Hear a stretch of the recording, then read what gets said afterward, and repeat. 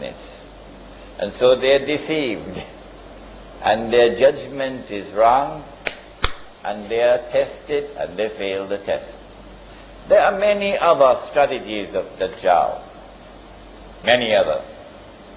Like, for example, let me give you one more and I'll finish.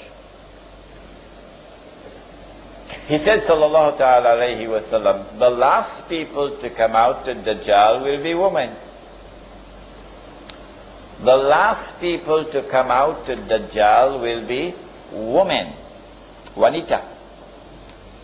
And a man would have to return to his home and tie down his wife and sister and daughter to protect and preserve them from Dajjal. My opinion is that this is the modern feminist revolution with its struggles for women's liberation. I wish I had the time to explain the subject to you, but on Friday night at Moise, we will inshallah be able to deal with this in greater detail. When you see the feminist revolution at work, in which, what is happening in the feminist revolution? What is the essence of the feminist revolution? Equal opportunity. The essence of the feminist revolution is that women should have the right, the freedom to embrace the functional role of men, if they wish to. That is the essence of the feminist revolution. That there is no functional difference between the male and the female. That you have these basic functions and you have these basic functions. No, says the feminist revolution. Anything a man does, a woman should be free to do. I saw these police women in Jakarta, Indonesian girls, and if you see the way they are dressed in Jakarta, it was funny. It was funny. As she assumes the functional role of a man, the modern woman, she has to dress like a man. Have you seen them in jackets, and trousers, and ties? Huh? She has to talk like a man. Her voice has to be like a man. She has to behave in a masculine way in the office, particularly if she's the boss.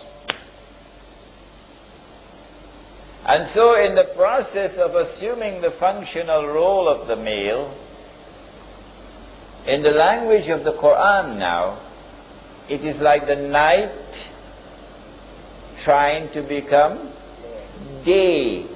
Which surah of the Quran? Come on, somebody. Which surah of the Quran?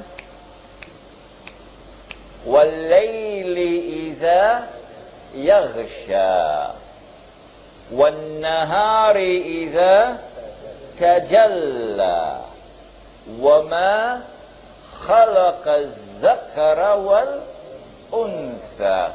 That in the same way that Allah created the night and the day, so too did Allah create the male and the female. Allah wants the day to remain day, and Allah wants the night to remain night.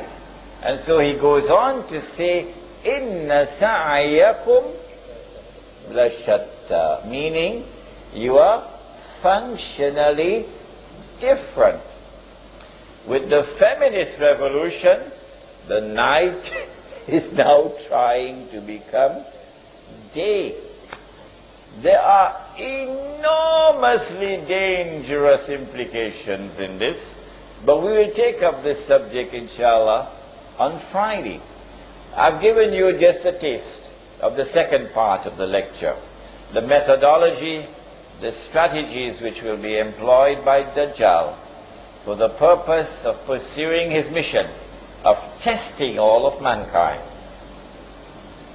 and for the purpose of deceiving Banu Israel as he seeks to deliver to them what will appear to be the return of the golden age. May Allah bless and guide and assist all of those in this gathering now who return home and say, I want to study this subject. I want to study this subject seriously. Oh Allah, kindly help them. Oh Allah, kindly guide them. Oh Allah, kindly bless their efforts with success. If you want to study this subject, the Prophet said, which surah? Suratul Kahf. He said, recite Suratul Kahf for protection from the fitna of Dajjal. On what day? Recite it on a Friday and it will protect you until the next Friday. And so this is the surah of the Quran that you have to go into piece by piece. And inside Suratul Kahf, you will find that which will open for you the understanding of the subject. ربنا تقبل منا إنك أنت السميع العليم وتب علينا يا مولانا إنك أنت التواب الرحيم برحمتك يا أرحم الراحمين آمين.